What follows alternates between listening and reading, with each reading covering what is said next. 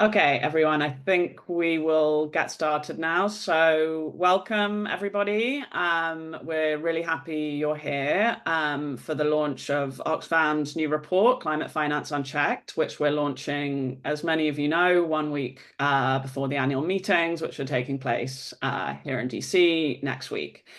So just a few housekeeping things to begin with. First of all, I'm Kate. I'm the head of Oxfam International's office here in Washington, DC.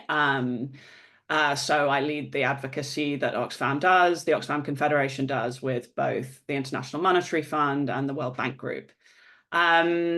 The housekeeping issues to be aware of is number one, we are recording this webinar, so it will be available for your and your colleagues and allies and friends viewing pleasure afterwards. Secondly, you will be able to interact with the panelists and the presenters and ask questions via the Q&A function in the bottom toolbar. So please feel free to start posing your questions in there as you think of them. And when it comes to the Q&A section, we will kind of cluster those questions and pose them to the relevant panelists and speakers. The order of events is that after my very short introduction, I will hand over to my colleague Christian, who is one of the co-authors of the report, along with our esteemed colleagues James Morrissey and Jason Farr. Christian will present the findings of the report. That will take about 10 to 15 minutes. It is a fairly complex topic, so we want to do it justice, but we promise it won't take more than 15 minutes. Then I will introduce and turn to our very distinguished panelists who will give us their views about both the report's findings, but also the importance of climate finance and accountability and transparency in climate finance in general. So we're really looking forward to hearing from each of them. Then we will turn to you all for Q&A, and then we will wrap up just before 12:30 Eastern Time with some final thoughts and comments from our panelists. So we are still just waiting for one speaker, I will say, who's our esteemed World Bank speaker. She's having some technical difficulties, but I'm confident that she's going to be able to join us before it's her time to come in. So just to kind of preface this by saying, we're here we start this conversation and we start this report with kind of two premises. First, we obviously believe very, very strongly that more ambition is needed in climate finance and that a bigger volume of climate finance is desperately needed for low income and middle income countries to adapt to and mitigate climate change. And we also believe that the World Bank plays a critical role in this regard, in driving the scale and ambition that we need. The second premise that we start from is that we really need more information and knowledge, and that information and knowledge is critical to trust and legitimacy around issues of climate finance. So this is really kind of the starting point for where we are today. Just to give a brief overview of the scale of the problem. I mean, we know that many low and middle income countries are facing extreme debt distress or debt stress, and they're facing multiple crises in addition to climate change. They, of course, have contributed the least to the climate crisis, but are paying the highest price. And actually, over 80% of climate action under their national climate plans is conditional on international climate finance. So I think that gives us some idea of the scope of the problem and the scale of the need for climate finance. And the World Bank, of course, plays a really critical role in this regard. MDBs, or multilateral development banks, collectively contributed 60 billion in climate finance to low and middle income countries in 2022. And the World Bank alone accounted for 52% of the climate finance reported by all MDBs in 2022, making it the single largest contributing institution to climate finance globally. And as many of you will be aware, at COP28 last year, the bank committed to raising its finance portfolio to 40% for climate-related projects. We really welcome and commend this commitment, but as will be made clear from this webinar, we think there are really urgent issues around the quality of the finance and the reporting of the finance that need to be addressed, especially as we go into this year's COP, which will be happening in about a month's time, where climate finance will be at the center of the agenda. So without further ado, I'm going to turn to Christian, my colleague Christian, who's a senior policy advisor with Oxfam, to present some of the findings of the report. And I'm happy to see that Jennifer, our colleague from the World Bank, has been able to join. So she's here for the critical presentation of the report, and then we will turn to Jennifer after Christian's able to share the report findings with us. Thank you all. Thank you, Kate. Let me share the presentation I have. I hope it's showing right now. Yes. All right, thank you. I'm Christian Donaldson, Senior Policy Advisor here at Oxfam. I'll be presenting to you our new report, but as you know, this was a joint effort by many in our team: James Morriser, Research Lead and Data and Learning Innovation, and Jason Farr, Senior Policy and Program Advisor, both with our Climate and Energy team, and co-authors of the report are also here too. So the presentation of our new report, Climate Finance Unchecked, will focus on these 6 points: the motivation, the rationale for our doing the report, the approach that we use, our findings, the implications of our findings, and the recommendations. Jumping to our motivation. We all know how critical climate finance is for tackle the impacts of the climate crisis. Also known is that the amount of climate finance needed is huge. And we hear this phrase so often now, not in the billions, but in the trillions. So logically, most discussions about climate finance are very focused on the amount and how and from where to get it, which is very, very important. Like given the immense amounts of money needed, and that the negotiations of how to get this money are always challenging, to say the least. We believe that equally important is to discuss how to ensure these limited dollars are used in the most effective and efficient manner. So this means for us having greater transparency and better reporting practices. So there is adequate and relevant public information by climate finance providers like the World Bank. So any stakeholder can audit those numbers and ensure every dollar is accounted for, and ensure that they are used in the most effective and efficient manner. In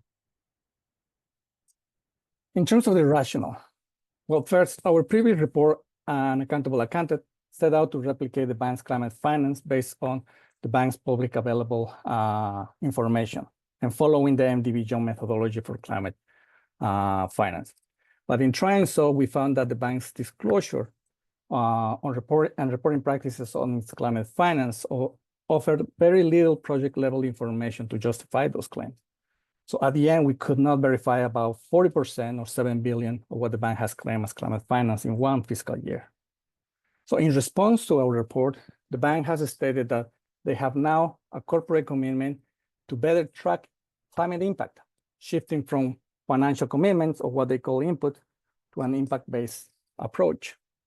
Now, we really welcome the focus on impact. However, given that the bank is a public institution operating with taxpayers' contributions, we still believe that there is a duty for full and complete transparency and accountability of its financial commitments, expenditures, and investments. So from what the bank's response, we consider 3 important points in building the rationale for our report. The first one is that the bank's provision of climate finance is only the share of the total project cost that is directed to support mitigation or adaptation action, what they call climate co-benefits. The second, that the bank only reports its ex-ante climate finance, meaning that what it plans to use to support climate actions in each project once a project is approved, but it does not report back after a project is implemented. And the third consideration was that to measure and report the impact of that reported share of climate finance, it is imperative to know first whether it was actually spent and not just was planned budget. So since our first report investigated the ex-ante reporting, for us the next logical step was to focus on what happens with the bank's reported climate finance after a project is implemented and has reached its closing stage, looking at the bank's climate finance expenditures as the most basic important information to understand the bank's potential climate co-benefit outcomes and impacts. And with this, explore the implications of only ex-ante approach of reporting climate finance. Now, to clarify a couple points here, we are not saying that reporting on expenditures equals reporting on impact. No. What we are arguing is that it becomes very difficult or impossible to track and measure impact if you don't know or there is significant uncertainties about whether the planned climate finance or part of it actually became expenditure in the activities identified, or for whatever reason it did not, or it was reallocated, or ultimately it was cut. Now, the bank will argue that now some projects with climate finance have a specific indicator to measure their impact, and that's great, and we welcome that. But having a specific indicator for some investments helps in those cases, but not in the rest of investments that do not have an indicator, but still claim to have delivered climate finance. In either case, the need for ex-post reporting is still critical to account for any climate finance reported. Now, in terms of our approach, to do our analysis, we took a sample of World Bank projects that started in fiscal year 2017 that have claimed climate finance and that closed at least 6 months before we started our analysis. This is May 2024. We limited the scope to projects that started in fiscal year 2017 because in 2016, the bank approved its first climate change action plan, which had a specific climate finance goal, and therefore reflects a moment at which ambition around climate finance was established and the formal reporting started. And as you know, the bank's first target was 28% of its total portfolio, and since then has increased to 35% and 45% very recently of its total portfolio. And every year the bank has reached and if not exceeded those targets quite easily. So we ended up with a sample of 181 projects and collected data from each project's implementation, completion, and results reports, or ICRs. And a very quick note for those not familiar with the bank's document. At the completion of a bank project, an implementation, completion, and results report should be published within 6 months of the project closing. ICRs are the main official bank public document that basically lays out how a project was implemented, any changes that have occurred in the project, any additional financing or restructuring in the project, including in the budget and expenditures. And according to the bank, ICRs are prepared for accountability purposes and provide lessons from completed operations. So for our analysis, we also excluded from our sample banks administered trusts because their financing does not count towards the bank's climate finance goal. We also excluded multi-phase programmatic projects, given that those don't produce an ICR. And we also excluded DPLs, given that those are basically budget support instruments, roughly disbursed funds. And because of that, we anticipated that DPLs would not have experienced any deviation in their budget versus actual. And we only look at IBRD and IDA projects, and we didn't look at IFC and MEGA. So with all this data that we collected, we compare what the bank budgeted for a project and what it actually ended up spending on that project. And we call this the deviation in the ICR. We calculated the absolute proportional deviation between budget and expenditure for each project. Now, the absolute difference is just basically the positive result between the difference between the budget and the expenditure, regardless which number is the larger number. And we did this to estimate the average size of the difference between both.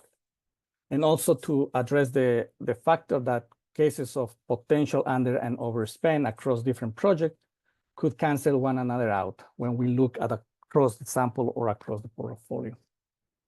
Then we estimated the weighted proportional deviation to get the average change in financing for each ICR. And we did this to account for different numbers of components that each project has, and also because there are some projects that have different associated projects, and each associated project have different kind of project components. So we use the weighted proportional deviation to account for that. You will find more details on the report in terms of our methodology. But in case you have any other questions in terms of the technical, statistical technical techniques that we use, James is here to help with that too. So finally, we estimated the change in climate finance for every ICR by simply multiplying the average weighted proportional deviation by the climate finance amount for each project. And doing this across the sample of projects, we were able to estimate how much, on average, a project climate finance changed between approval and implementation. And just to clarify a point here, given that ICRs do not disaggregate the budget and expenditures by project subcomponents or activity level at that granular level, let alone the budgeted or spent climate finance, to do our analysis, our only solution was to incorporate a reasonable assumption that any changes happening at the component level or the total commitment of the project is likely to also happen to the climate change portion of that project. Otherwise, one would have to assume that for some reason, the project that had climate finance should experience less deviation between commitments and expenditure. And also because if the bank had this granular ex post information, we wouldn't have to do this and incorporate such an assumption. Now, jumping into our findings. By looking at the data from our sample on budget-based expenditures for all those projects, we did not find any systematic over or underspend across our sample, as you can see in this figure. There is no clear trend or path that indicates that that is happening. So therefore, we can assume that the likelihood of over or underspending on a project is basically random. It does not depend on the over or underspending of other projects. However, while we did not find a pattern of systematic over or under expenditure across the portfolio, we do find significant and concerning deviations between budgeted and actual expenditures at the project level. As you can see in this figure too, by the significant number of projects dots in the cloud. Purple dots, overspend, blue dots, underspend. So basically, our analysis shows an average deviation between budget and expenditures between 26 and 43% above or below of what was reported as climate finance. This basically means that any bank project that has reported a share of climate finance for mitigation and or adaptation at the approval stage could be expected to have ultimately delivered an amount that differs from what was claimed by between 26 and 43%. Now, what are the implications of this finding?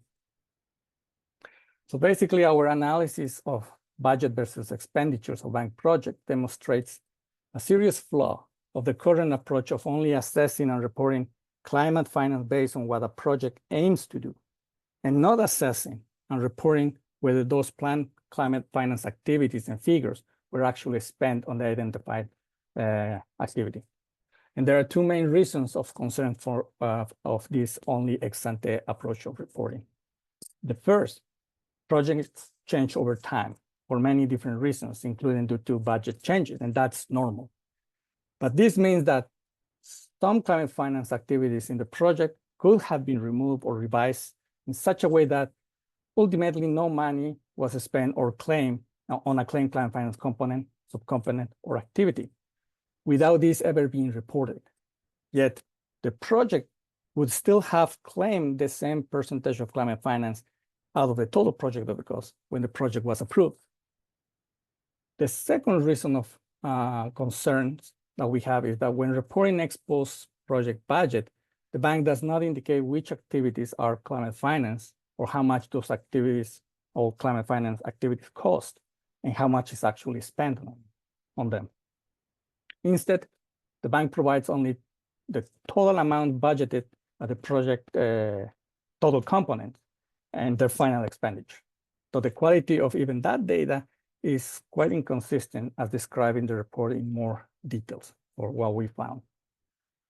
So our report shows that a deviation between 26 and 43% above or below claimed climate finance in any given project creates significant uncertainties as to what climate actions have been supported. And it should be very self-evident that this uncertainty, significant uncertainty, given the scale of the deviation that we found, creates also substantial problems for any effort to understand the impact of that claimed climate finance on any given project. Now, to get a sense of the implications of this deviation at scale across the portfolio, consider that the bank reported that it provided $104 billion in climate finance from 2017 to 2023. Now, this deviation creates a value of between 24 and $41 billion in climate finance that is effectively unaccounted for in terms of climate finance reporting. So effectively, we have no information as to what new climate actions were supported or which planned actions were cut in any given project during the implementation. And therefore, it becomes quite difficult to even begin to speak about the climate impact of this climate finance claim. Now, as to mention before, talking about shifting from inputs or financial commitments to an impact-based approach is very, very welcome. But based on our analysis, it will become very quite impossible if we don't know and we cannot verify whether that claim climate finance has actually become expenditure, reaching the ground where they are actually needed. So what level of reporting would be appropriate? This is a question we got from the bank too. And we argue that the appropriate level of reporting would be the one that allows any independent third party to link the budget versus actual to the level of climate finance that was reported. And what the bank needs to do to fix this? Well, first, the bank needs to improve its ex-ante reporting practices by disclosing detailed climate finance assessments at the lowest level of granularity possible. That means project component, project subcomponent, and activity level, and the justifications for that. The bank should also undertake, based on our report, an ex-post climate finance assessment on closed projects and report on this climate finance expenditure in its ICRs, implementation, completion, and result reports, and standardize how it reports climate finance on these projects. And finally, the bank basically should create a public climate finance database available with sufficient metadata that is searchable, is downloadable, and is machine readable. This database should be updated at the time a project, including all associated projects, reaches the closing stage, and should disclose actual climate finance expenditures compared to the planned budget. So this is our new report, Climate Finance Unchecked. I thank you for your attention, and back to you, Kate. Thank you. Thank you very much, Christian, and thank you all for your attention. We know it is quite a complex topic. For those of you who need an analogy to understand all these statistics, we had some debate amongst the team around what analogy to use in the press release around this report. And in the end, what we came up with, which is, I think, imperfect, but hopefully gives people some sense of what we're talking about, is that this kind of discrepancy in the reporting is kind of like if your doctor put you on a nutrition plan for a health issue, and in order to assess whether you were following the plan, just looked at what was on your grocery list rather than what ended up in your fridge. So hopefully that gives people like me, for whom it helps to have some analogy, some way to understand this better. So we're going to turn now to our very distinguished panel, who are going to give us a range of kind of academic, civil society, and institutional perspectives on this broad issue of climate finance and the future of climate finance and climate finance reporting. I'll introduce them all very briefly now before I turn to our first speaker, who will be Jennifer from the World Bank. So Jennifer Sara, thank you so much for joining us, is the Global Director for the World Bank Group's Climate Change Global Practice since 2022. And she has worked on infrastructure and sustainable development issues for the World Bank for more than 30 years. After Jennifer, we will turn to Vijaya. So Vijaya is the Director for Energy and Development at the Breakthrough Institute, and she has previously worked on this issue of looking at the World Bank's climate finance reporting in her previous role at the Center for Global Development. Then next we will turn to Gary Forster. Gary is the CEO of Publish What You Fund, and he's been in that role since 2018, and he has a background in public health. Gary, thank you very much for joining us. And finally, we will turn to Marcos Chiliato. Marcos is an executive director for the World Bank Group. In his seat on the board, he represents Brazil, his home country, Colombia, the Dominican Republic, Ecuador, Haiti, Panama, the Philippines, Suriname, and Trinidad and Tobago. And Marcos is relatively new in his executive director role, having joined in February 2024. But previous to this role at the World Bank, he worked at the Inter-American Development Bank, and he holds a PhD in economics. So thank you to our wonderful panelists for joining us. I'm going to turn to each of you in turn to get your reflections on the report. And yes, first I will turn to you. Jennifer, to please give us your impressions of the report. But more importantly, to kind of to talk us through a little bit, how comfortable you are with the level of reporting quality that the World Bank currently has around its climate finance, and if not, then what steps are you taking to improve it? Jennifer, thank you so much for joining us at this really busy time, the week before the annual meetings. Thank you.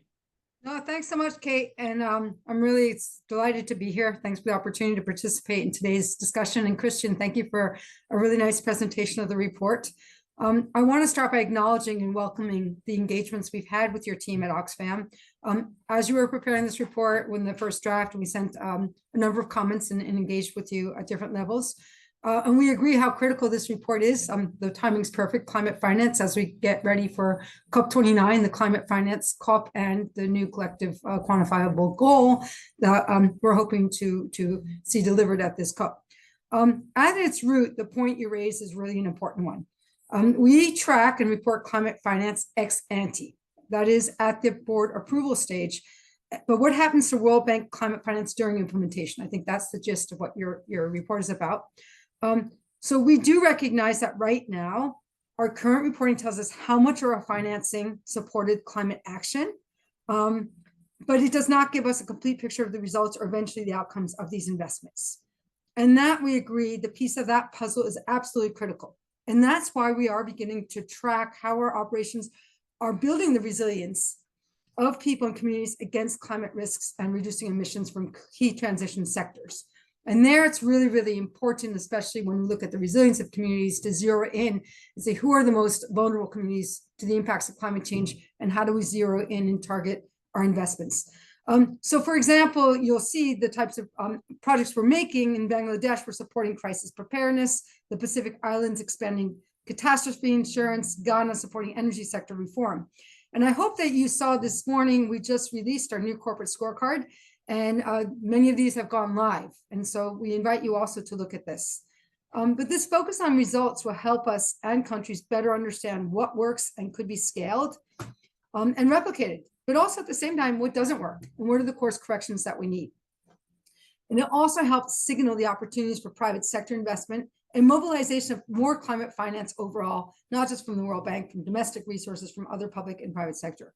And we are working very, very closely with the other MDBs, as you mentioned, and that's important to us because we know that when we work together, we can go further. And it's very important for us to have common methodologies, be it on climate finance, on looking at outcome results indicators, even on Paris alignment. That's very, very important. And that's 10 MDBs working together constantly to deliver that. But part of the reasons we're making this push is we really recognize the current methodology doesn't fully capture our climate value proposition. But we do want to say, and thank you for the report, that it's not accurate to say that the joint MDB methodology is not applied correctly. At the bank, a project is assessed at least twice, at the appraisal stage and at the board approval stage. Each time, we have specific trained 2 to 3 staff who assesses the project document to ensure the consistency and application of the methodology and the accuracy of the assessment result. The resulting data goes through a quality assurance process before it's added to our data set. And we recently actually had an internal audit of the climate finance assessment process of our overall climate change action plan, including the climate finance assessment process, and it proves that our process and practice are quite secure. We also want to say it's not accurate to indicate such a high discrepancy between the budgeted amounts and expenditures. And we formally communicated this to Oxfam in the run-up to the report that was released today. We also wanted to, finally, let me just conclude by going back to Kate's very good question. The bank's institutional shift to better tracking results, because it's also part of this wider effort towards better data and more transparency and accountability. So I think I'm really looking forward to hearing from other discussants and presenters to hear your views. And I really accept and I appreciate the recommendations that you've made that are very specific on how we might want to think about taking some of these recommendations forward. So thank you very much. And let me stop there.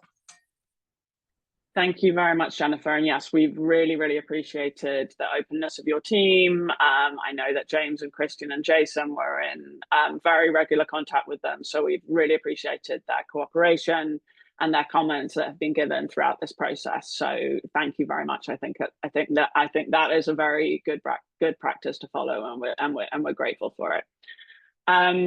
I would say on the question of methodology, and I think we can get more into this when we come to the Q&A. I think on the question of the methodology and what we're arguing exactly as to whether it's applied correctly or whether the methodology itself needs changing, we'll get to that in the Q&A. But thank you for raising that point.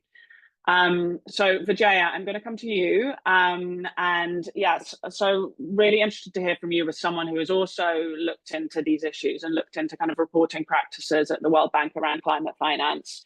How, from your perspective, how serious a concern is it for the different stakeholders and civil society that significant sums of climate finance are not accounted for? And with no one knowing exactly what that finance has been spent on or even where it has been spent. And also just your general reflections on the report and this issue are very welcome. Thank you. Thank you so much, Kate, and thank you to Christian for an excellent report, and also to Jennifer for her comments, which were very useful.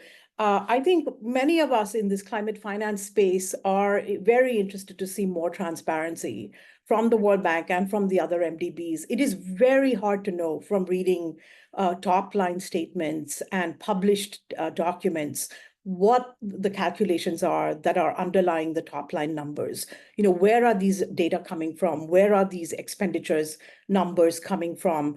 And, you know, what are the uncertainties around these numbers? It's just very difficult, I think, to get a sense right now from published statements. Any level of detail or any level of depth is missing from, I think, the top line numbers, not just the World Bank, but the other MDBs as well. So I think we need considerably more detailed reporting, and I commend Oxfam for highlighting that point. And I think others in this panel, Gary included, and I'm sure several in the audience have also raised that issue. So I think it's really important that we all press for more transparency, given how large the numbers are, given how important this topic is, given that it's really important for the MDBs to succeed in this mission of addressing climate and climate change.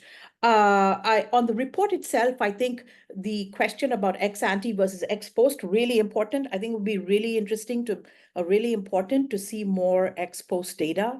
You know, what happened in terms of expenditures, how much was spent on the project, and also what were the outcomes, and you know, how does the expenditure link to the outcomes? In that regard, I would add one more recommendation. I know this is hard in terms of operationalizing all of this stuff, but I think it would be very useful to have ex ante outcomes too.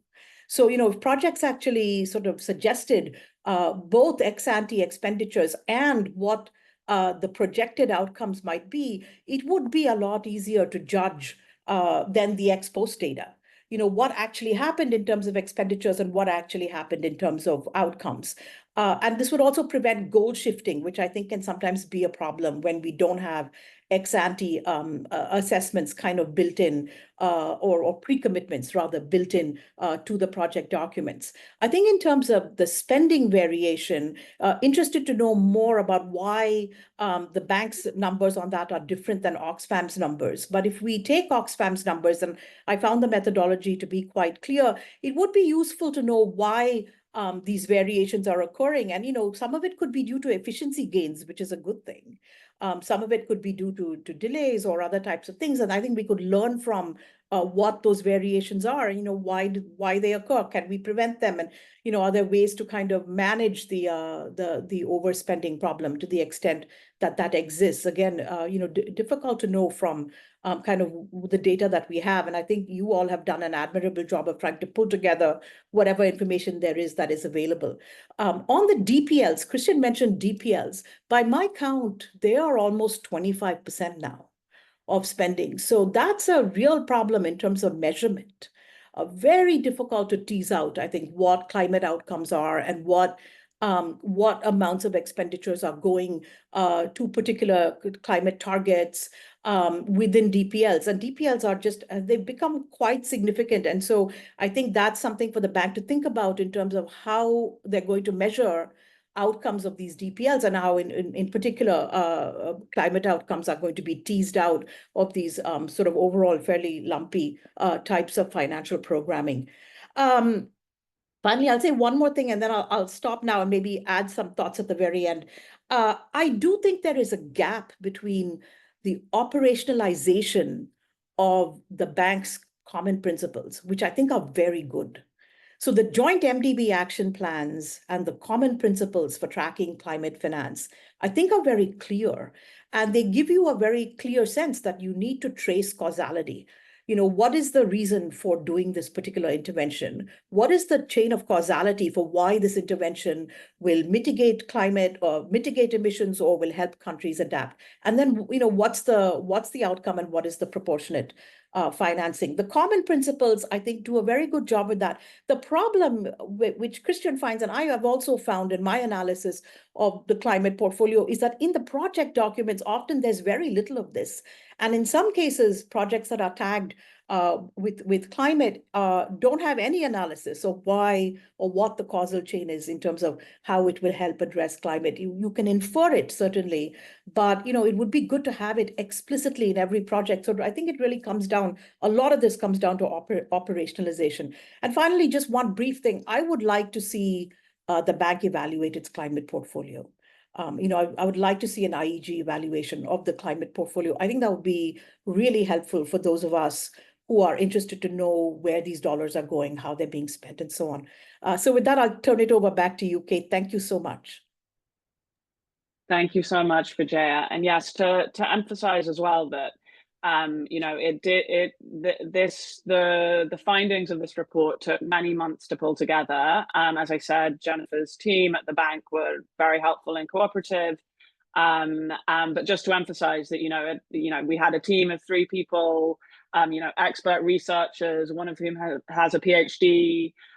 So, you know, it really takes a lot of expertise and a lot of persistence and a lot of knowledge. And, you know, having the email addresses of Jennifer's colleagues really helps too. And, you know, we really feel that it shouldn't be this difficult. Like this information should be publicly accessible. We think that, you know, communities who are benefiting from or like hoping to benefit from the World Bank's climate finance investments should be able to access this information and do their own analysis. And, you know, we don't think this should just be the domain of professional researchers. So we're going to turn to Gary now. So Gary, you know, among many reasons why we have you here today is, of course, because Publish What You Fund have this really important and impactful DFI Transparency Index, which has become a bit of a benchmark for measuring transparency of the leading multilateral and bilateral development finance institutions.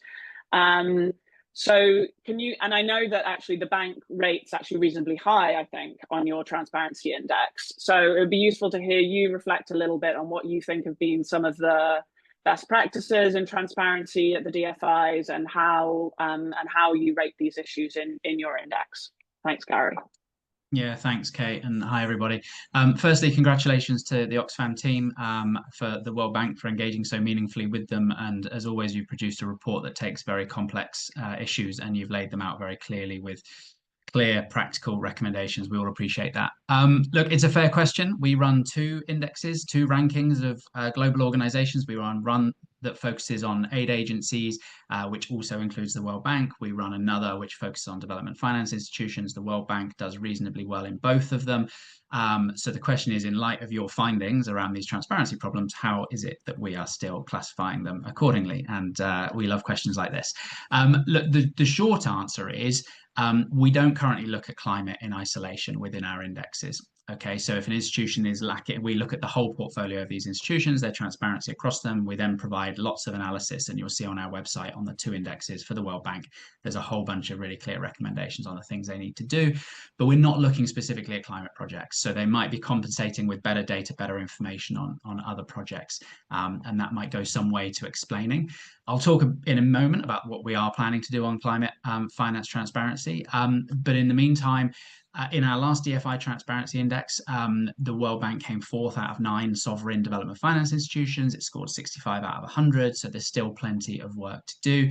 And although it did disclose information for a lot of the project level indicators we look at, consistency was the problem. And we've seen that come up in your reports, we've seen that come up in other reports. So there's questions there about, are the bank systems, I don't want to say fit for purpose because that sounds too aggressive, but do they need more investment? Do they need more energy? What is it that's happening here? And who can shareholders step up and support that kind of investment to make sure we get this data that's vital for impact, for governance, etc. So for the next iteration of the DFI Index, which will be out next summer and which we're working on at the moment, and we've published the methodology on our website, we do include new climate finance indicators. So at this stage, we'll be assessing the really fundamental data points for climate finance. At the organizational level, we'll be looking for the methodologies that DFIs use to calculate their own climate finance. At the project level, we'll assess a set of questions, including if the DFI discloses whether an investment includes climate finance, and if so, the amount, whether it includes mitigation and or adaptation finance, and again, the specific amounts. Whether there's a rationale explaining why climate finance has been counted for the investment. We know that across a whole range of DFI issues and other bank issues, whether it's gender or climate or others, we know that the bit that's always missing is that, okay, why did you give it that number? Why did you figure that out? And we know that stuff's hard, and we don't expect people, it's not a science, we don't expect people to get it, spot on, but we need to be able to learn from one another and figure out what's a reasonable way of counting all of this. So the index is all built on extensive background research, lots of consultations. The DFIs have been very collaborative with us, including the World Bank team.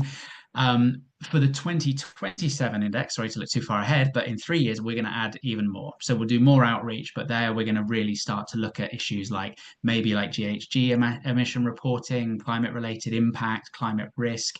But we're always looking to align with existing initiatives. So we don't want to replicate things. We don't want to encourage divergence from existing approaches. So the question is, should the DFIs have this information available and the World Bank have this information available? I mean, we think the answer is yes, because they kind of have to have most of this information, and most of the information you're asking, all the information you're asking for, they must have it within their institutions. What we've done through our research is we've identified that for everything we're looking for, we know that at least one institution is posting that information for those investments. So, the art of the possible. For example, we've got examples from Asian Development Bank and Inter-American Development Bank disclosing ex-ante climate change assessments, right? With the kind of information that we're looking for, that you're looking for, demonstrating the art of the possible and showing that what we're asking for is achievable. In terms of why this all matters, transparency is the cornerstone of building trust and for verifiable accounting and reporting, accountability and learning. So without sufficient transparency, especially at the project level, it is hard to verify claims and to see the actual impacts of climate finance, making sure it's going to the right places and having the desired outcomes and results. I'll finish with this. The incentives, I'm going to be careful how I say this, the incentives to overinflate climate finance contributions are so strong that the only logical counter to these must be full transparency. I'm not accusing anybody of fiddling the numbers, right? But when you mix human nature and important targets, sometimes negative consequences arise. And let's be clear, it's the shareholders' duty to counter such behavior, or more accurately, the risk of such behavior, by demanding that the information that you're asking for and that others are asking for to hold these institutions accountable be made publicly available. I'll stop there. Thank you. Thank you, Gary. I really appreciate that. And yeah, I think it's always important to step back and remind remind ourselves and remind everyone else, like, why is transparency important? Because I think sometimes it can be seen as a bit of a kind of side issue or a technical issue, but I think it's a really important value both in and of itself, I think instrumentally, but also in terms of values. So, and I think especially, I mean, Jennifer raised the kind of context that we're in now in the run up to COP and the movement to, you know, set ambitious NCQGs. I always have real trouble with that acronym.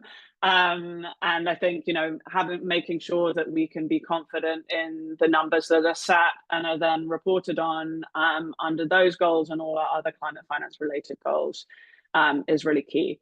I'm going to turn to Marcos in just a second, just to remind people that if you have questions for the presenter or any of the panelists, you can put them in the Q&A box. I know that some of the questions are kind of being answered live by our colleagues in writing, but do please continue to submit your questions. So Marcos, our World Bank Executive Director on the panel, over to you. I know that you obviously have a really important vantage point as an executive director on the World Bank board, representing middle-income countries, especially. And also, you know, it's important to note that Brazil holds the G20 presidency at the moment and has been pushing really hard on issues of IFI and MDB reform, but also on climate finance. And Brazil will also be the host of COP next year. So I think you come with a really important vantage point to this discussion, and yeah, looking forward to hearing your thoughts. Thank you very much, Kate, to you, to Oxfam, for the very kind invitation, and also for putting Brazil in this discussion. As you mentioned, reforming MDBs and climate financing is a very top priority for our government, and we have expressed this in several forums, including the G20, where I believe there are good results to be delivered this year, following up the last years of the G20 that has also been working a lot on the MDBs. And I'm also glad that Jennifer is here, since I don't speak on behalf of management. I'm glad that she could discuss more details on the data. I'll try to bring some more general views of where we see the World Bank now, and I hope that this can help the discussion, and I'm glad to listen to questions and follow-ups. I think we can all, and Jennifer mentioned it, I think we can all welcome the report. I think its findings are critical for the moment we live today at the bank. I would like to recall that the bank for the last year and a half is going through what the bank is calling the evolution, and the evolution is not something pushed only by management, but it's really a shareholders and management process. Especially since the arrival of Ajay Banga, we recognize that the bank is actually evolving. The bank is changing, not only from a balance sheet optimization perspective, is not only getting bigger, but is also getting better. The bank is changing its ways doing operations. The bank is looking into new instruments. It's changing its culture. So I think it's very important that we recognize these changes. I see that data presented by Christian is mostly looking at 2017 to today, but it's important that today the bank is a lot different than it was back in 2017. I also see that your report is focused on IBRD and IDA, but a lot of the evolution is around one World Bank Group approach. And data related to IFC is very important. IFC is getting very relevant, and also MIGA attached to the evolution process. We have the goal of tripling the amount of guarantees that the World Bank Group can provide, and MIGA of course plays a critical role on that. The bank, in our view, is also improving the scorecard. Jennifer mentioned the scorecard. Of course, this is more on the macro, no, Christian? Your criticism, I understand, is more on the granularity. And I think we can also welcome this criticism, so the World Bank and other MDBs can continue improving on their transparency. And I believe there is openness from all MDBs into this direction. And once again, this is why we welcome your analysis. Let me grab some examples of what I'm saying using my own country, because it's a lot easier. I mentioned the guarantees, and just to give you one example, MIGA was for 13 years without approving one single operation in Brazil, and just a few months ago, it was approved a guarantee of $1.2 billion. And that guarantee is specifically for a Brazilian bank, a Brazilian state-owned bank, Banco do Brasil. And that guarantee will allow Banco do Brasil to provide financing to small farmers, especially to adopt sustainable practices and recover degraded areas. So this is one example of this very important tool that MIGA is, and we hope to be stronger.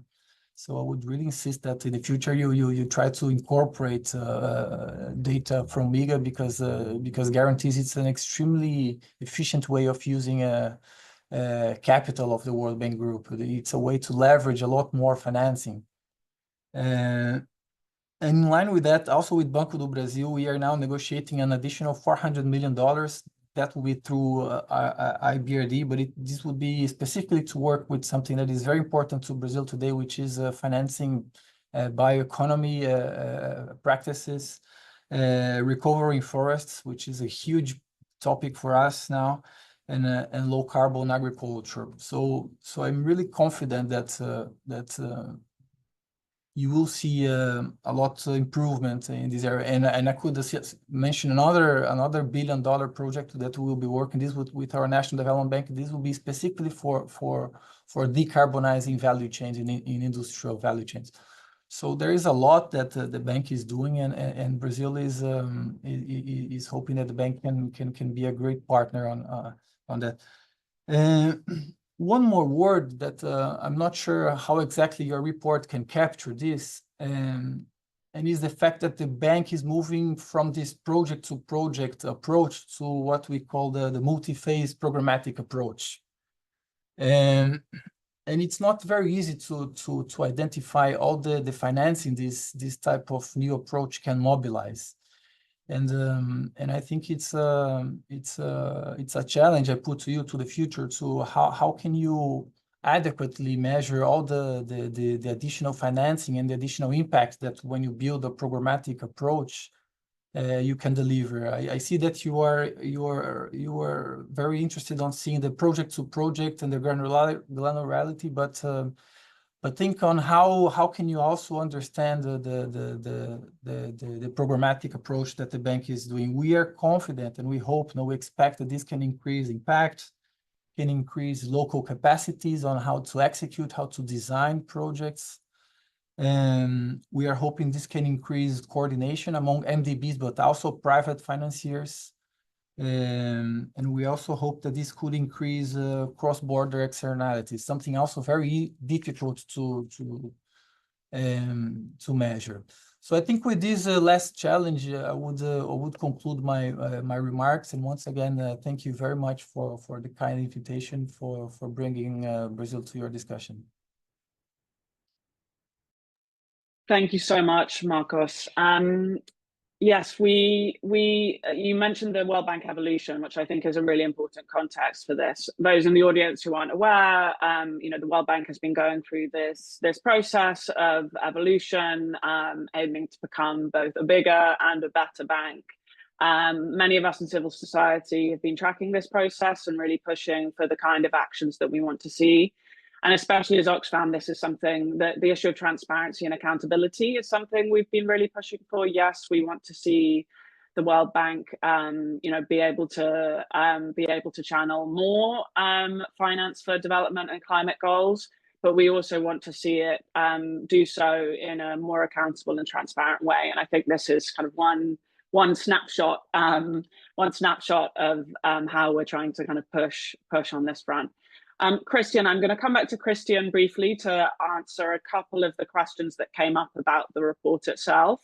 And in the meantime, please do continue, audience members, to post your questions in the Q&A. We've already actually got a lot of very good ones, including some on the relationship with debt, some on questions about the report's methodology, some about ambition. So I'll be kind of collating some of those while Christian's talking, and then I'll be posing them to the panelists. Thank you.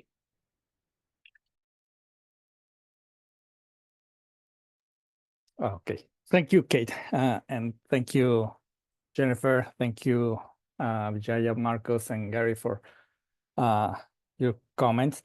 Again, we really appreciate, Jennifer, all the interactions and exchanges with your team. I really commend the openness to discuss openly and very candidly during every step of the production of our report.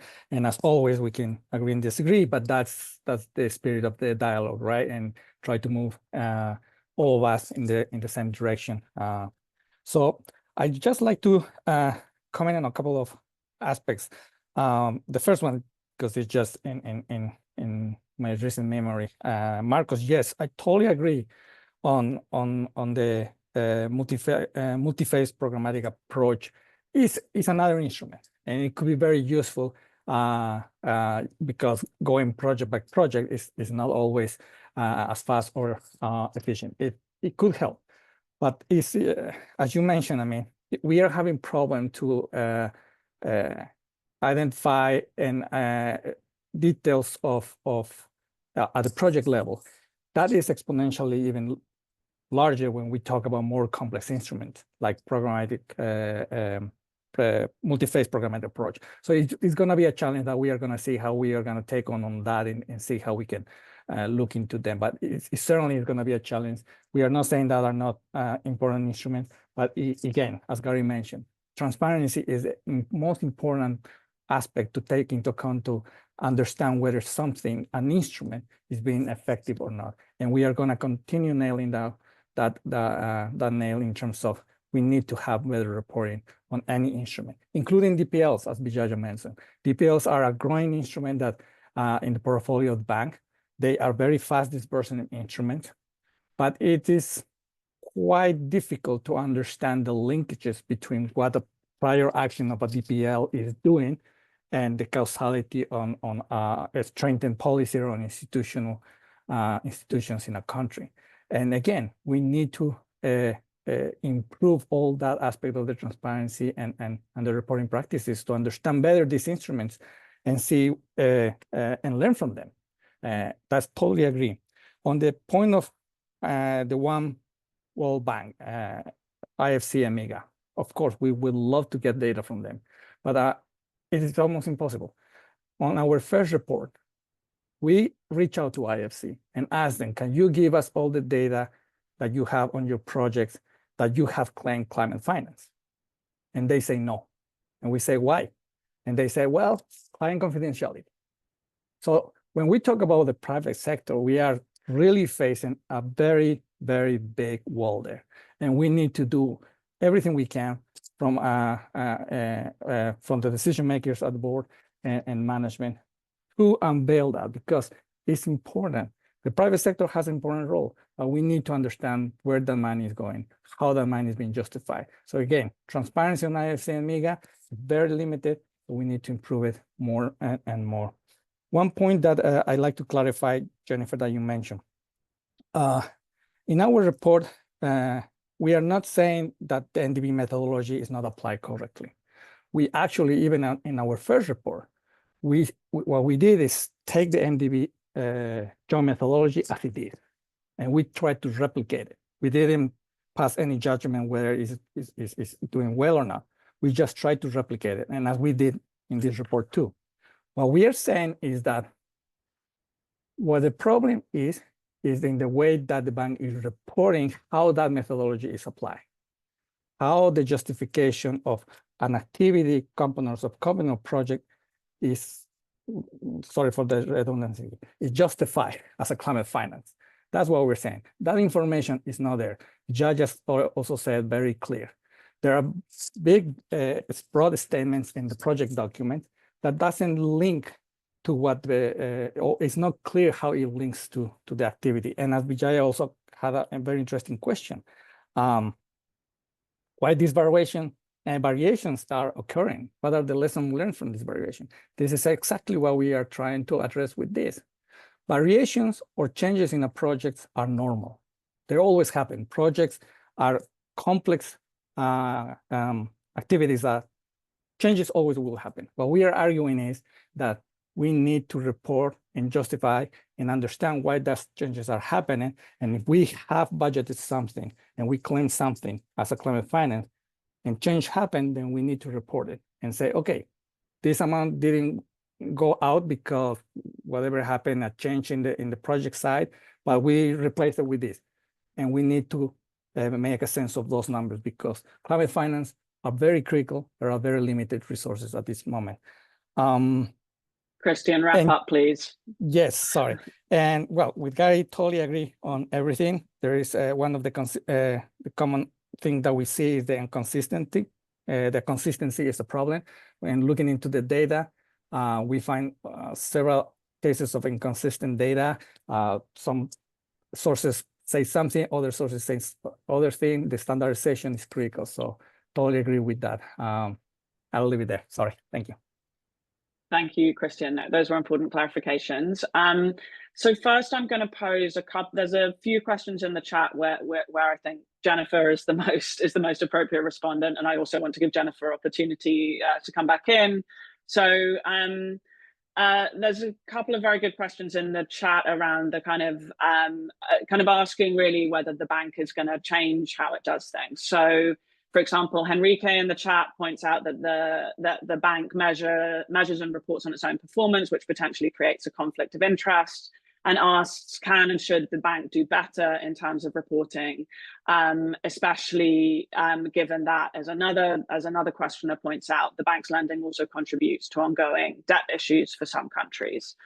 And then I think there's an important related question from John from the Bretton Woods Project, who asks Jennifer whether the World Bank Group Climate Team will push the bank and its MDB peers to undertake more detailed disclosure going forward, and whether there are things that civil society organizations can do to support this move. So Jennifer, posing those questions to you, but also feel free to reflect on what Christian or other panelists have said. Thank you. No, thank you very much. And these are great questions. And I really do appreciate the discussion. I don't see the chat, so it's good that you highlight what they were. I'm trying to see where, lots of really good points.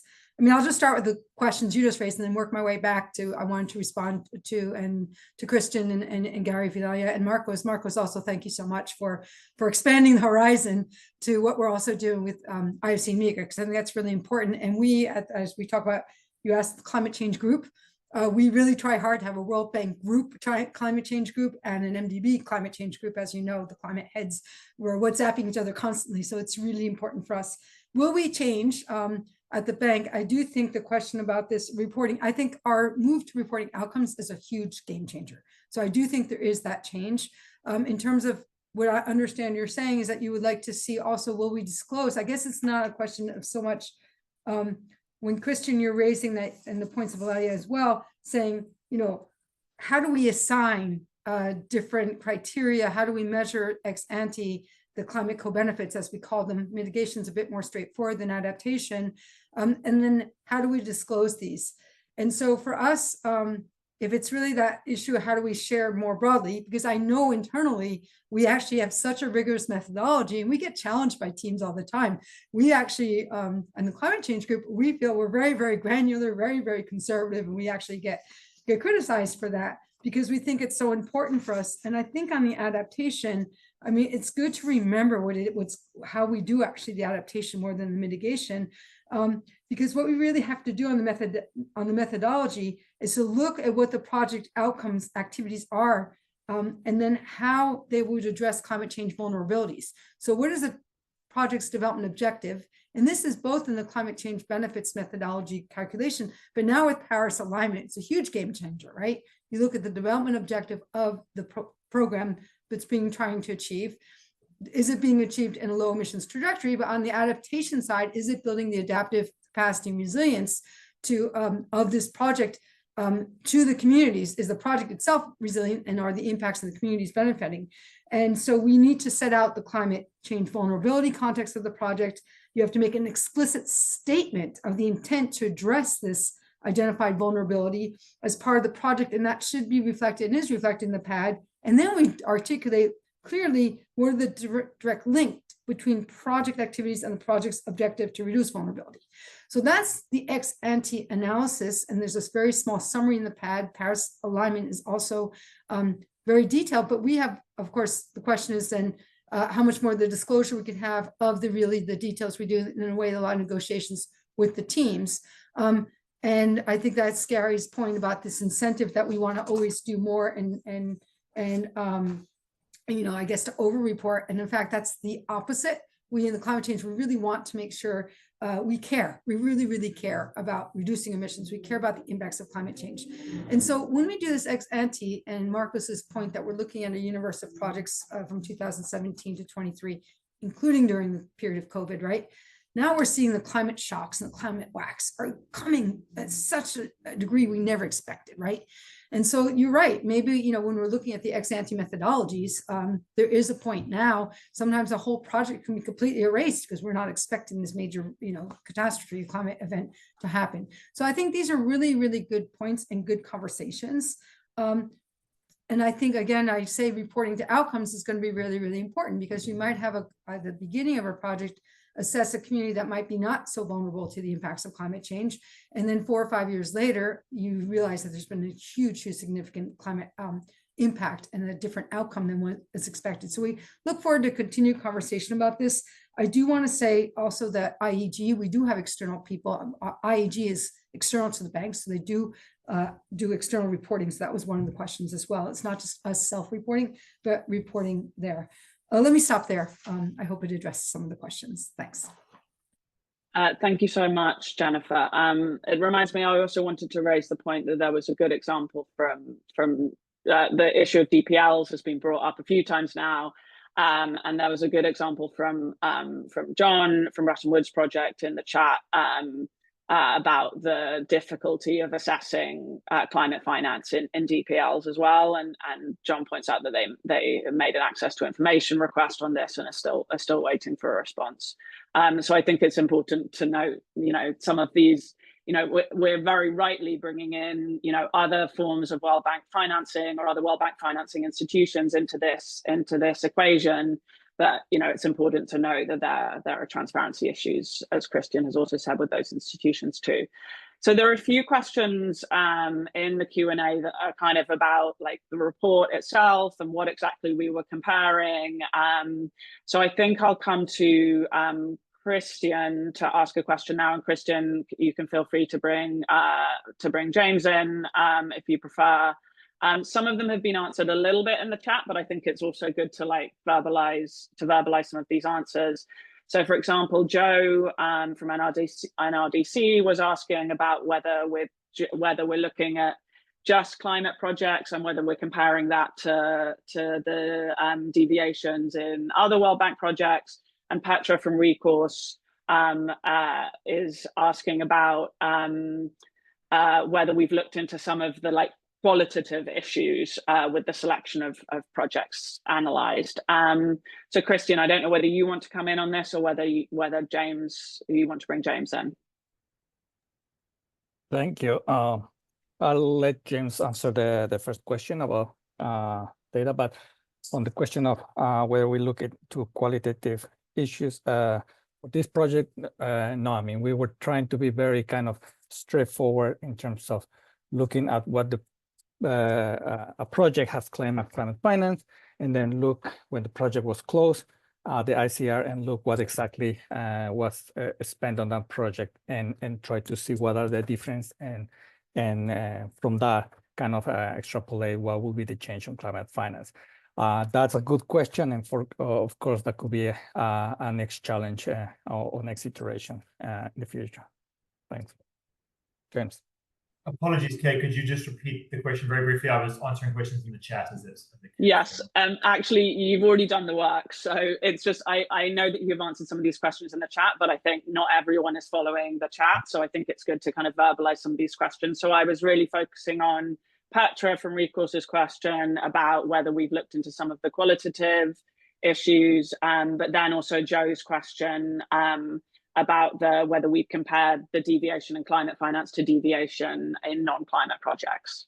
Sure. So very quickly, I'll just reiterate what's in the Q&A. If people see questions there, if what's written there isn't clear for folks, feel free to add another question. But to Joe was asking whether we've compared climate finance projects with projects that don't include climate finance. We didn't. The reason for that is it's very labor intensive to get this data. And this is, I think, one of the points for the bank, is that this data on budget versus actual sits in an ICR, which is sitting in a PDF. And we have to manually find the correct ICR, download the ICR, find the correct annex, then manually pull that data out. We tried automating that, but couldn't get it to work. And so doing this for 181 projects meant literally going through 181 PDFs to do so. To try and then get another sample that was non-climate finance was simply out of scope. If this data was available in a database for all projects containing budget versus actuals at the component level, that would obviously be much, much easier. So we were unable to do that. Joe also asks whether, our focus on climate finance is a sort of unwarranted focus on climate finance because it's such high profile. And I think Christian's already answered this question. I think that's fair, but we're not saying there's anything wrong with projects deviating between their budgets and their actuals. That's perfectly to be expected. What we think this suggests is because it's so obvious that projects will change between budget and actual, you then have to look at climate finance after the fact to work out how much actually gets spent. And I think that's well made by Christian. And then to Petra's question about the quality of the climate finance as to what gets counted as climate finance or not. I think there's valid questions there, and lots of members of civil society are asking about the methodologies application. We didn't look at that at all in this project. This project was simply looking at the implications of using ex-ante reporting. So just looking at if projects do change, what does that mean for how much we know about how much climate finance is being spent? Just one quick point regarding the publication of all the method to the bank. If all this data is being well produced on the bank side, and I see there is a question in the Q&A saying that we think this data exists. We have asked on numerous occasions to see this data and have been told either it doesn't exist or it can't be published. So if Jennifer has got all this data and it knows it's formally on the record, it'd be great if we could get a commitment to publishing that data so we can make use of it. Thanks, Kate. Thank you, James. So I'm gonna pick out two more questions from the chat to pose to the panelists, and then we're gonna start wrapping up, and we'll have a couple of minutes from each speaker. There's one question about debt, and of course, like many countries that need and receive climate finance are also highly indebted countries suffering from debt distress, and then the kind of social unrest and cuts in social spending and this vicious circle that often then emerges from this situation. And I think this is a really important point, and I think it brings in a larger question around concessionality. I think one of the reasons why we think that the World Bank and the MDBs are important sources of climate finance is because these loans can be made on a highly concessional basis, so they're effectively like less expensive for the countries receiving the loans. But also, of course, that some of the finance that IDA issues, for example, is in the form of grants. So I think looking at this in the context of the upcoming IDA replenishment is really important, the financing package. But keen to hear if either Marcos or Jennifer or anyone else has some reflections on this balance of concessionality or loans versus grants. And then the kind of more specific question, and Vijay, I see your hand, so I'll come to you. And then a specific question to Jennifer, which was kind of echoing James's point about why the data, why the project level data that the World Bank has not been publicly disclosed. So Vijay, I'll go to you first, and then other panelists, please, and then Marcos, I see your hand, and then I'll go to Jennifer. Thanks, Kate. I want to make a plug for the World Bank and the other MDBs to get more new resources from rich country shareholders.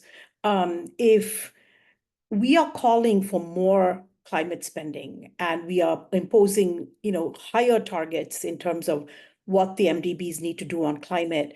I don't think it's enough for the fact that it's concessional lending to address the debt distress situation. If we want low-income countries particularly to not take on additional debt, even if it's on concessional terms, and we want more climate spending, which we probably do, given the seriousness of extreme heat and of coastal flooding and so on, we do then need more resources. And I think that's something that's just sort of absent in this conversation. I feel like rich country shareholders are very reluctant to have that conversation. They're very happy to tell the World Bank to do more and more and more. It's never enough. They always want more. But I do think that if they are going to impose additional burdens, additional targets, more spending, which I'm not disagreeing with. Some of this I think might very well help, particularly low-income countries, particularly on adaptation, as Jennifer mentioned. But then the assistance needs to be on a grant basis. Even concessional lending has to be repaid. And many of the low-income countries are already in debt distress. So I think we can't be complacent about that. This problem requires new resources, and the new resources have not been forthcoming. And I will point to the very excellent report from CARE Denmark, showing how money is moved around on a bilateral level, not at the multilateral level, rather than new resources being provided. And I think that any conversation we have about debt distress necessarily also has to be a conversation about the overall budget. Thank you, Kate. Thank you, Vijaya. Very important points. And yes, we as Oxfam very much want the rich countries to step up to provide more money for climate finance in general, more money for development justice. So yes, absolutely agree. Marcos. No, just to illustrate the importance of concessional financing in this agenda, and recall everyone that we are in the middle of the IDA 21 replenishment, and we all hope that we can get to December with robust replenishment on IDA, and I think civil society is really playing an important role to that. Oxfam and other colleagues here are being of great support on that. But I want to mention that concessional financing on climate change is not only critical for low income, but also middle income countries. And the reason for that is because, unfortunately, the green methods or green technology is still more expensive than dirty technologies. And if we cannot have incentives for sustainable or green technologies, it just won't happen, or it won't happen on the time that it needs to. And the easiest example is on the electric buses. Many states in Brazil, many cities in Brazil want to have electric buses, but the diesel buses are just cheaper. And sometimes electric buses, even though the maintenance cost can be lower, purchasing electric buses can be 2 times more expensive or more. So if you can't have the incentive on the financing side, it's going to be very difficult that cities and states that are going through fiscal constraints can purchase green technologies.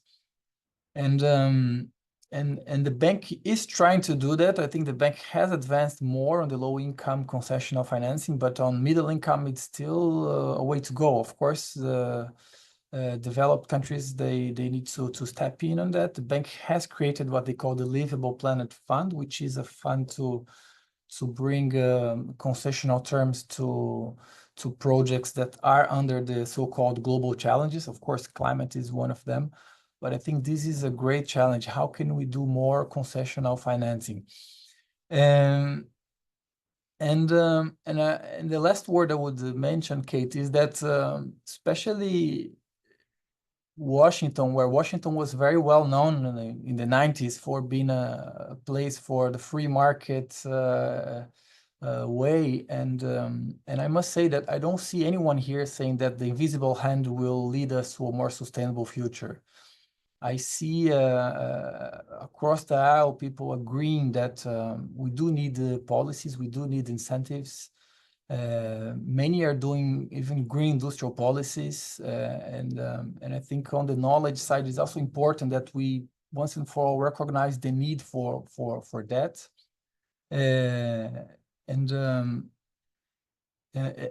so we can have appropriate instruments to deal with that. In the Global South, we don't want only to purchase the green technologies, but we also want to produce them. This is also a great effort that we are doing. How can we not only be great exporters of green hydrogen, but how can we also use it and have quality jobs related to the energy transition, to the more sustainable world? That will be my last word. Thank you, Kate. Thank you so much, Marcos. And yes, absolutely. We at Oxfam are pushing for IDA to be as generous a replenishment as possible, but also we want to see it be, we want to see the loans be, the financing terms be as generous as possible to both low and middle income countries. So I'm going to turn to Jennifer next. So I'm going to ask Jennifer to incorporate her response to the question about data availability into her kind of closing remarks. So Jennifer, over to you first, and then I'll go to the other panelists. No, thank you very much. And I think this is great because there's so much positive support as well, and understanding the situation and for IDA and the replenishment and the need for more climate finance, but also the importance that we are, that we use as best as we can. So we're saying more finance and better finance. And I'm hearing also better accountability. And so let me just really state and restate again that the MDB climate finance methodology is in the public domain. We also have our pads assessing co-benefits. The ICRs are available. I'm hearing that the ICRs are hard and they're in PDF format. I'm hoping that they will go live online soon, so that I can imagine how difficult it is for anyone to have to do research and pull it that way. So these are all, and we're always available if there's questions about, the specific methodologies or how things are calculated. So we do have a commitment and a strong baseline of transparency. But again, it's important for you to say this is the clear, reliable information that we need to be able to support the accountability, to be able to understand better the climate finance efforts, and also to build that trust.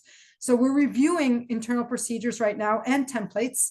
The process does take more time because it involves aligning all of our complex systems across ex ante, ex post ICRs, ensuring the data accuracy, maintaining transparency, and making sure we also don't compromise operational efficiency. And we look at what the bank does and what the countries do, and also bring in IFC and MEGA. So definitely we're committed to this journey with you to keep on working to it. Let me make 3 very quick last points. First of all, we cannot separate climate and development. So Vijaya, I really, really agree. This is like something that we've been pushing and pushing. The more that we just try to unpack and focus on climate finance, to me, it really doesn't make so much sense. We'll do it because that's what we're told to do. We need to account for it. But honestly, clean air, clean water, energy, what we need with development without climate is impossible these days, right? We just cannot dissociate the two. And I think the World Bank's been out there telling, and the world is finally getting it. And I think everyone's understanding it. So we need more money, better money.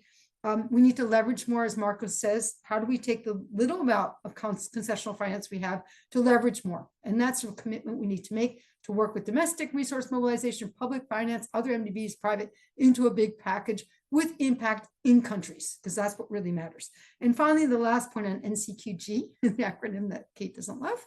It's a complicated one. We're observers to the process. I was actually in Baku last week at the pre-COP listening in. We don't really contribute.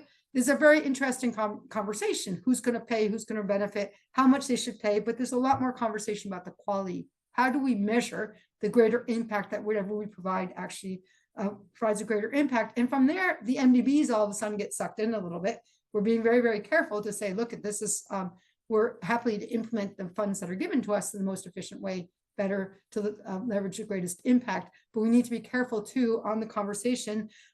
As you know, OECD spends a lot of time to attribute the 100 billion, how much went to MDBs, 40% was attributed to MDBs, of which 44% to the World Bank. So that whole equation is an important one for us to, as we get ready for COP29. But thank you very much. I enjoyed participating. Thank you, Jennifer. And yeah, we will definitely keep pushing on the data and having as much as possible publicly available. So expect to keep hearing from us on that front. Vijay, I'm going to come to you for 1 minute of closing remarks.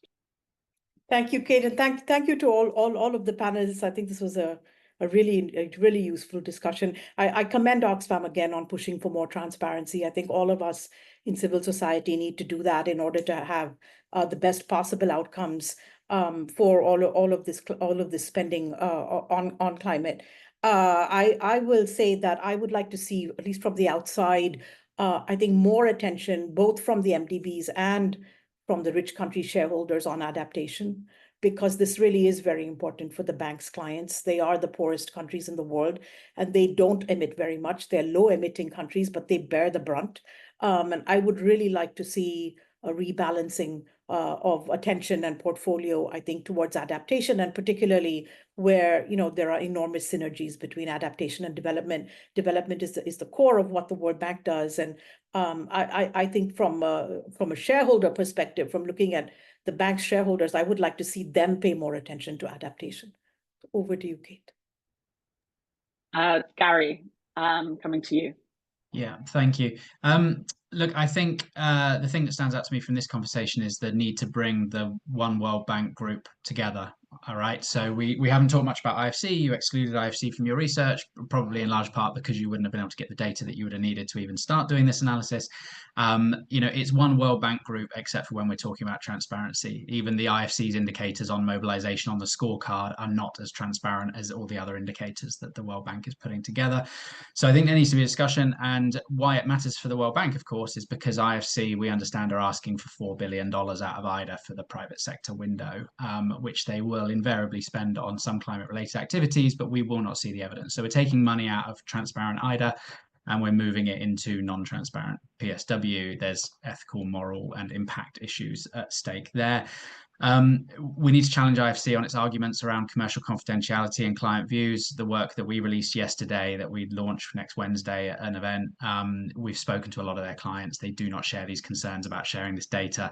They say that the deals they do are only commercially confidential because the IFC made them sign a really restrictive NDA. Examples of which you can see online that are often more restrictive than what the private sector themselves use. So I know this is a discussion about the World Bank. I don't want to put Jennifer in a difficult position because I've suddenly turned it onto IFC, and that's a different beast. But these are supposed to be the leading institutions in this space. We're facing a global climate crisis. We can't really see the impact of what we're achieving. And I think what we want is the World Bank group to be a leader, not just the World Bank. Thank you. Thank you, Gary. Really important points about the IFC. We ourselves have faced very, very similar challenges in trying to get information out of IFC on their investments. So thank you for raising that. Marcos, I wanted to, did you want to come in again, or do you feel you've said your piece? Oh, just thank you once again. Thank you so much, Marcos. We are very, very grateful to everyone, especially I think Jennifer and Marcos, for joining 1 week before the annual meetings. So just to wrap up, I want to, really build on what Gary just said about, the importance of transparency and accountability on these issues for trust, but also for kind of community ownership of these projects and of this money that's being spent. We also, as I think the classic quote goes, with great power comes great responsibility. The World Bank has a huge role in climate finance, but it also has a really huge role in how climate finance is monitored and reported, because the World Bank's methodologies do then kind of end up setting the standard for a lot of the other MDBs and a lot of the other providers. So we think it's really, really important that the World Bank gets this right. And for example, on the issue of data, while we really appreciate the publication of the PAD and the climate finance methodology, as our previous report showed, the data is not really adequate to recreate the climate finance claims. So we're really, really keen to see all the data on the calculation of climate finance, mitigation, and co-benefits. We think this would be really valuable to kind of advocates and campaigners who are pushing for more and better climate finance because of the crucial impact that it can have on the lives of communities and people around the world.